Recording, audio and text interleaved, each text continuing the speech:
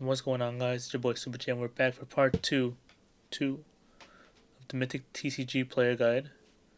And today's video is going to be about one of the most important mechanics in the game, threat levels. So without further ado, let's hop right in.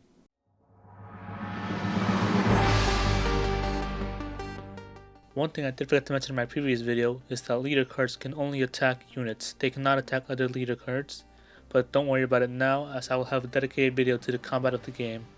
Also, one thing to note is that I believe the game is going through a name change because I believe this name is already taken, but that is to be expected as this game is still under development, so I don't have an official title yet. We're still debating on the new name, but whenever I do get a new name for it, I will let you guys know immediately, okay?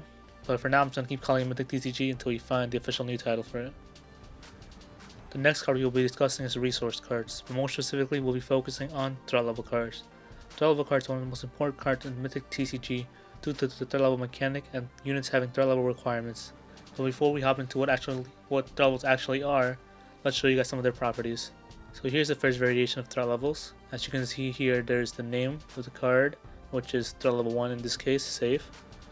The ability of a card, which is to add a threat level 1 to your leader or send this card to the graveyard to draw one card. The card type, which is resource, and the card rarity. And now that we have the updated version of the cards, here's threat level 2. Here's the second version of the card, which is pretty similar. We still have the name, which is safe. The ability, which is a bit longer, so let me read it for you guys. Place this threat level under your leader. Your leader becomes threat level 1. Your leader cannot have more than one safe placed under them. And in parentheses it says you can only place one threat level card under your leader per turn. Or if you do not want to place it under your leader, you can send it to the graveyard to draw one card.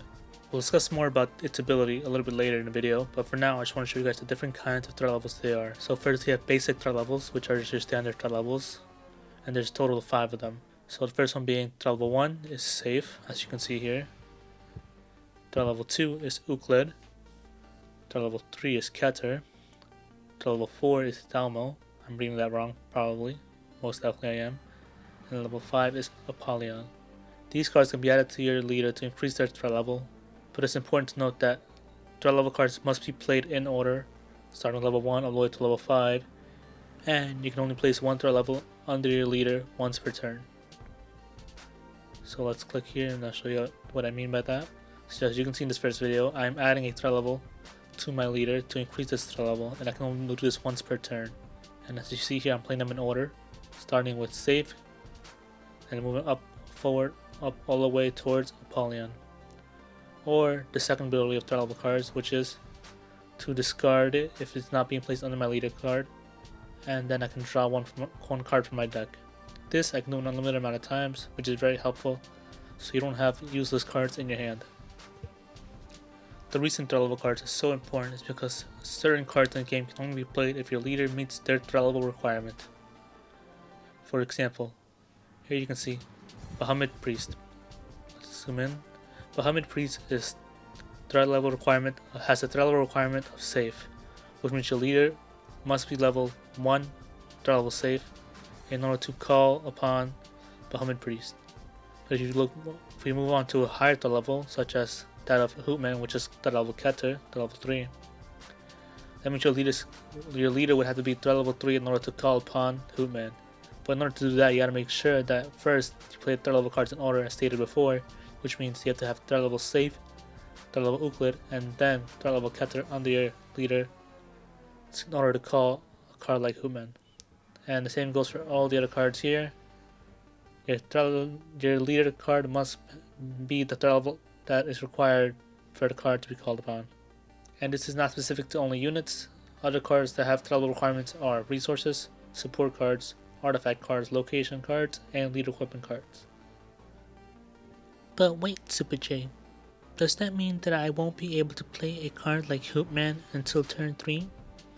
That is if I am lucky enough to draw all the threat level cards I need. Well, great question, little Timmy, but that isn't always the case. Although it is true that you can only place one threat level card under your leader per turn, there are some cards in the game that can increase or even decrease the threat level of your leader card. Cards such as Athena's Tactics, which if played, you can add a threat level from your deck onto your leader and draw one card. and another card being Athena's Blessing, which allows you to place a threat level card from your deck under your leader, but the threat level must be higher than the current threat level that your leader is. Or even Anomaly Release, which will cause both players' leader cards to decrease their threat level by 1, and if a leader card is left without a threat level, they will be able to draw 2 cards from their deck. In some instances, a card's threat level requirement can be ignored completely through its ability. For example, a unit such as Ronnie Ross, Anomalous Assassin, can be deployed whenever your enemy calls or deploys a Warden or a unit with a threat level 3 or more. And this means that if its conditions are met, which the condition here is your enemy calls or deploys a Warden or a unit with level 3 or higher, then you can deploy Ronnie Ross onto the field without your leader card having to be threat level Keter. Another example is Dr. Sakla Samuel, which can be deployed into your defense zone whenever your enemy calls upon a Kalon, and also prevents them from calling any more Kalons during this turn. This card is especially very good to prevent your enemy from comboing during their turn, and basically forces them to end their turn if they have no other plays that they can do.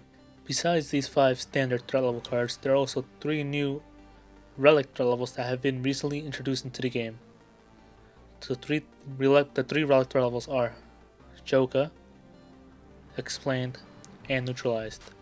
I believe Joka is getting a new name also to go along with the new name for the title of the game. But, as I said before, we're still uncertain of the name, so I'm just going to keep calling it Joka for now.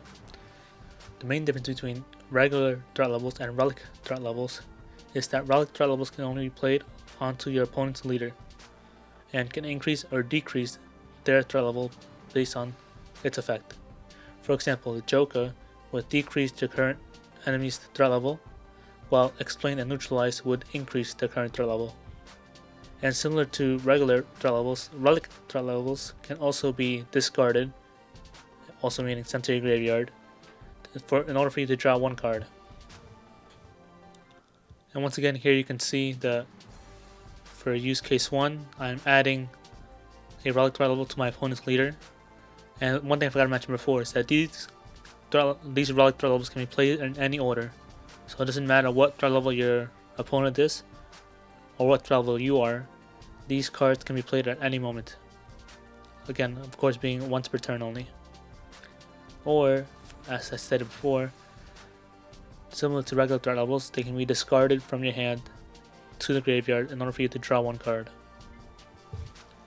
And once again, similar to regular threat levels, Relic threat levels can also be used by you to call upon units. Even though the Relic threat level is under your opponent's leader, you can use it to call upon a unit that has Relic threat level as a requirement.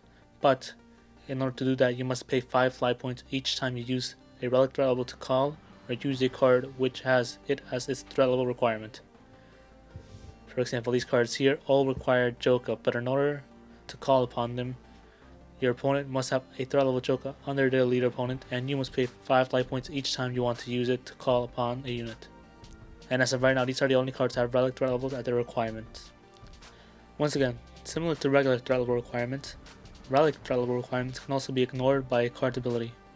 For example, here this card, Stallion the Mythical Beast, can be deployed when you offer a Kalon your enemy controls, and it can be done at any time. As it says, it can be done during either player's turn. Another example is Mecha Warrior Joka, which can be deployed from your hand by paying 6 Source, which, as I mentioned before in my previous video, Source is a form of mana that can be consumed not only by your leader card but also by other cards such as Joka here. One thing that would make it easy to remember which cards can ignore threat level requirement is by looking at the terminology. If a card says it can be deployed and its effect, that usually means that the threat level requirement can be ignored as long as these conditions are met. But don't worry about it. I will have a video discussing all the terminology used in the game posted after this guide. But for now, that is the end of this portion of the guide. Thank you guys for watching. I really appreciate it. And if you guys have any questions about this video or my previous video, just let me know. Comment it below and I'll respond to you guys. So that is it for this video, but I'll catch you guys on the next one. Take care guys, and peace.